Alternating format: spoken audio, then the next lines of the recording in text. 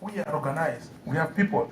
Don't think that, the opposition has its own weaknesses. We know. Because, as I told you, uh, that's the corruption is there, and Mr. Kabila is trying to pay some people in the opposition. We have to admit that. Okay, this is a weakness. But we have a plan. If we can go and discuss, together, and then you'll see what we propose to, manage this country properly, effectively, and in a responsible manner. Thank you.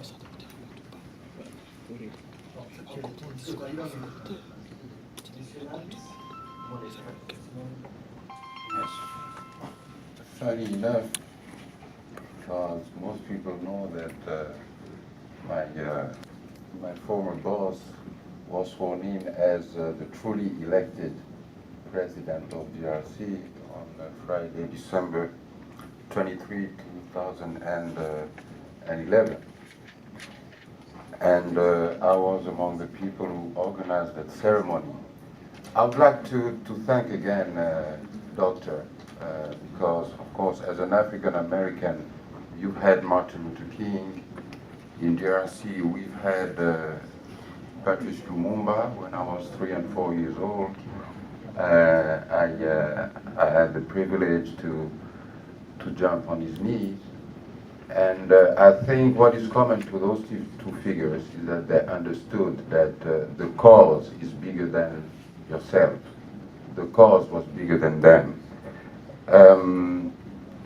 To answer more specifically your question concerning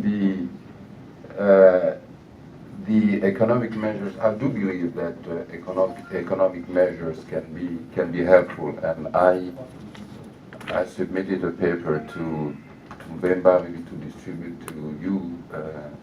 The title is Transparency is the Key. It's a 2013 article that I wrote and just updated, which emphasized the link between the siphoning of all the products of these our natural resources, which has been organized by some people in my country, people linked with the system currently in charge, how it affects the evolution of democracy in DRC.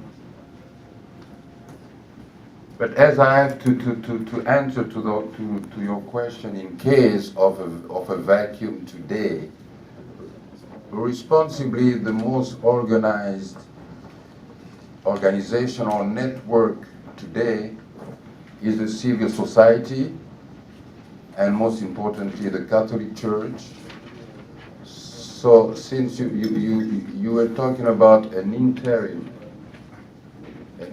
kind of leadership, as a political actor myself, and since you said that we can name our own leaders,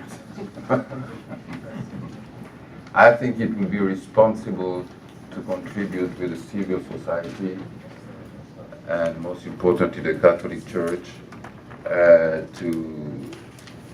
just to avoid some chaos that might become unmanageable. And I repeat, your question is about if there were a vacuum today. I think it was also Pete, Fred's question. Lucky. But just to as a final word concerning this question, what about the military? Because we haven't mentioned the state of the military presently, which is, you have also that frustration within the military. You have that absence of an effective and well-defined hierarchy in terms of orders in the military. You have all those militia that are, are recurrent. It's a part of our country.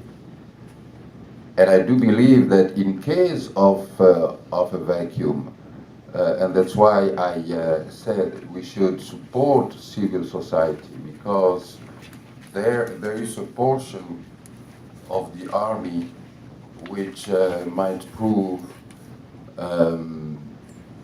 very dangerous, let me just put it this way. But again, civil society, the Catholic Church, they have even the relevant connections internationally, even with Rwanda, Uganda, Angola, everywhere you have the Catholic Church. So just to answer your specific question, sir, if there were a vacuum today. Okay, ladies and gentlemen, I think you've given us plenty of your time.